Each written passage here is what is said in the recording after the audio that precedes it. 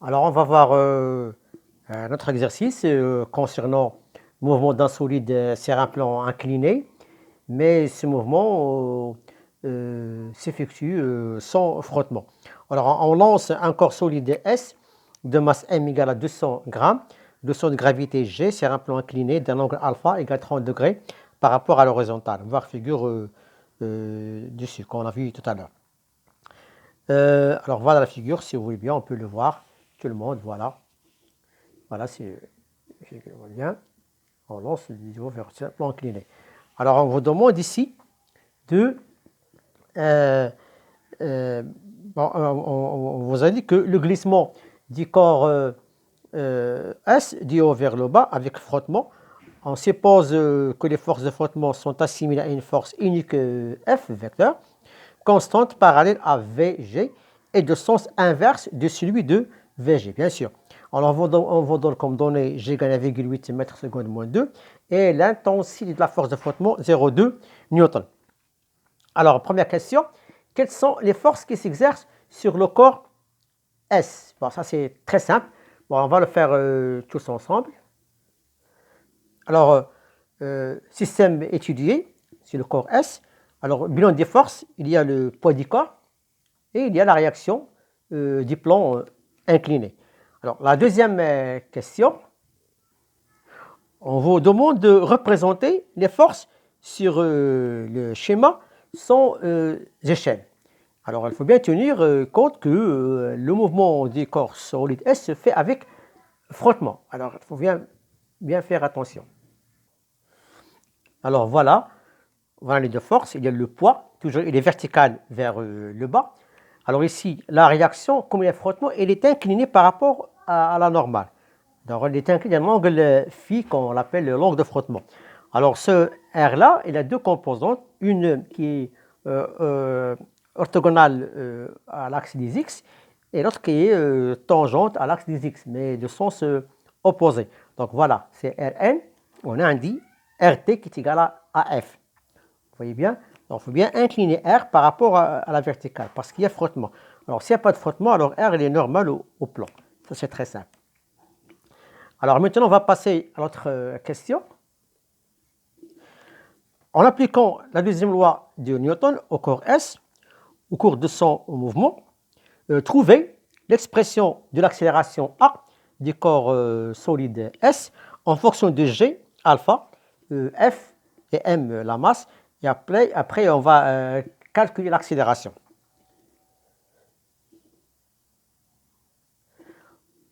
Alors, j'espère que vous l'avez déjà fait.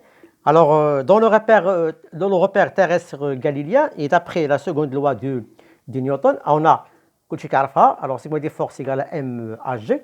Alors, par projection sur l'axe OX, lié au repère OIJ, alors on a PX plus RX égale à MAX.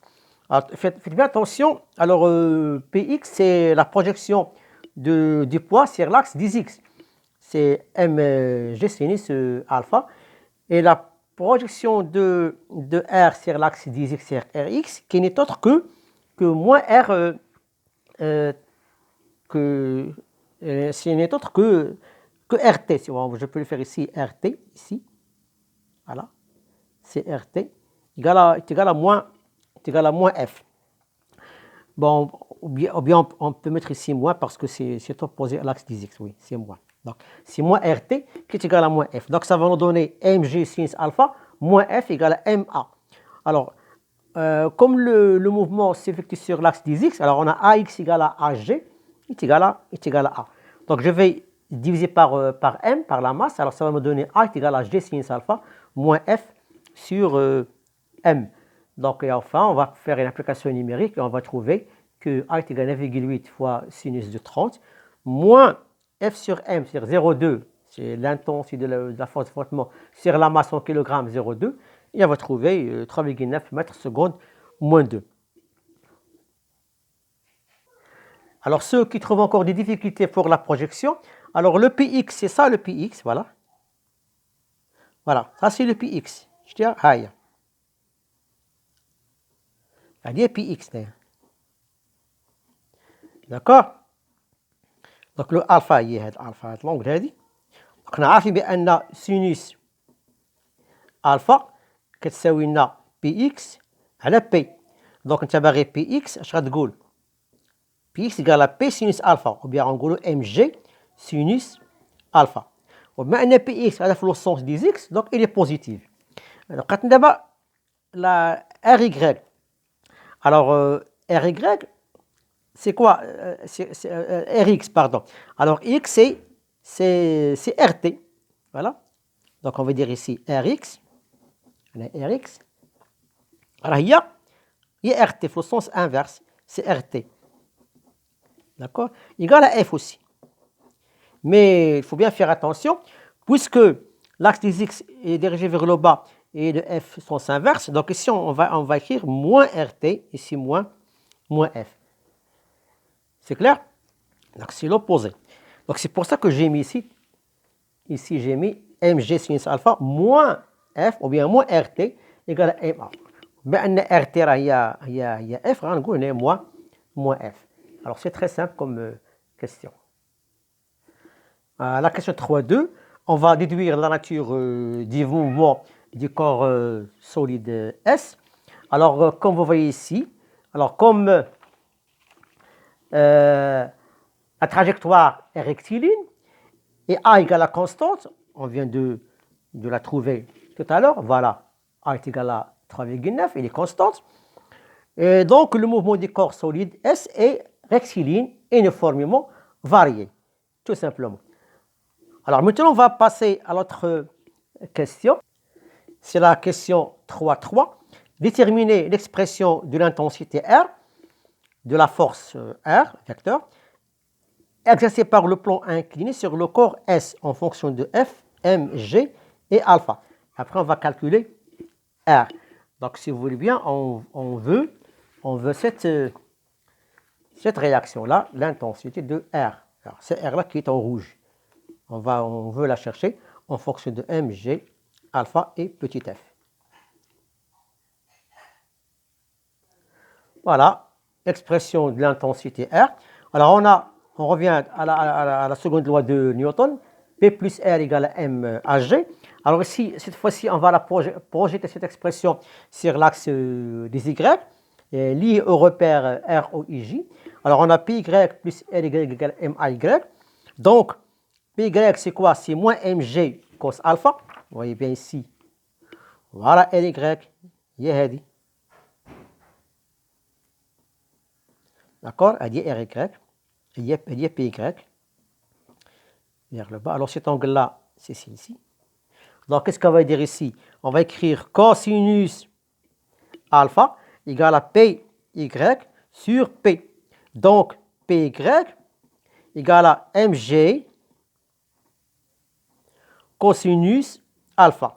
Et comme le PY se dirige vers le bas et l'axe Y vers le haut, donc ici on va ajouter un signe moins, c'est moins mg cos alpha. Alors pour le R, vous voyez bien que Rn elle est parallèle à Y, donc la projection de R sur l'axe des Y, c'est n'est autre que Rn, tout simplement. Donc ici on va dire que Py c'est moins mg cos alpha plus Rn égale à 0. Pourquoi 0? Parce que AY égale à 0. Le mouvement de le corps solide S se fait sur l'axe des X, pas sur l'axe des Y. Donc c'est pour ça que AY est nul. Donc ça va me donner ici Rn, je vais dire de l'autre côté, égale à mg cos alpha. Or, on sait que R, la réaction du plan R, égale à quoi par le théorème de Pythagore? Alors c'est quoi R au carré? Ça c'est l'hypoténuse. Égale à Rn au carré plus F au carré, ou bien RT au carré. C'est égal à le côté opposé, ça c'est F au carré plus Rn au carré, ça va me donner grand R au carré. Donc R, je fais la racine carrée, c'est égal à Rn au carré plus F au carré. Alors ça va me donner ceci-là. Donc R égale à racine carrée de F au carré plus Rn au carré, c'est égal à F au carré plus, c'est quoi Rn? C'est mg cos alpha. On a au carré, donc il y a mg cos alpha au carré. On va dire application numérique, on a F, il y a 0,2 newton, bon, au carré, plus, etc. Et on va trouver R égale à 1,70 newton. Alors, vous pouvez vérifier cette application numérique vous-même. Bien. Alors, on a آخر سؤال 3 4 اش قال لك هنايا déterminer le coefficient de frottement K et déduire l'angle de frottement phi. Alors c'est très simple. Alors tout le monde sait que le coefficient de frottement, on peut le calculer par l'expression tangente de phi égale à F sur Rn.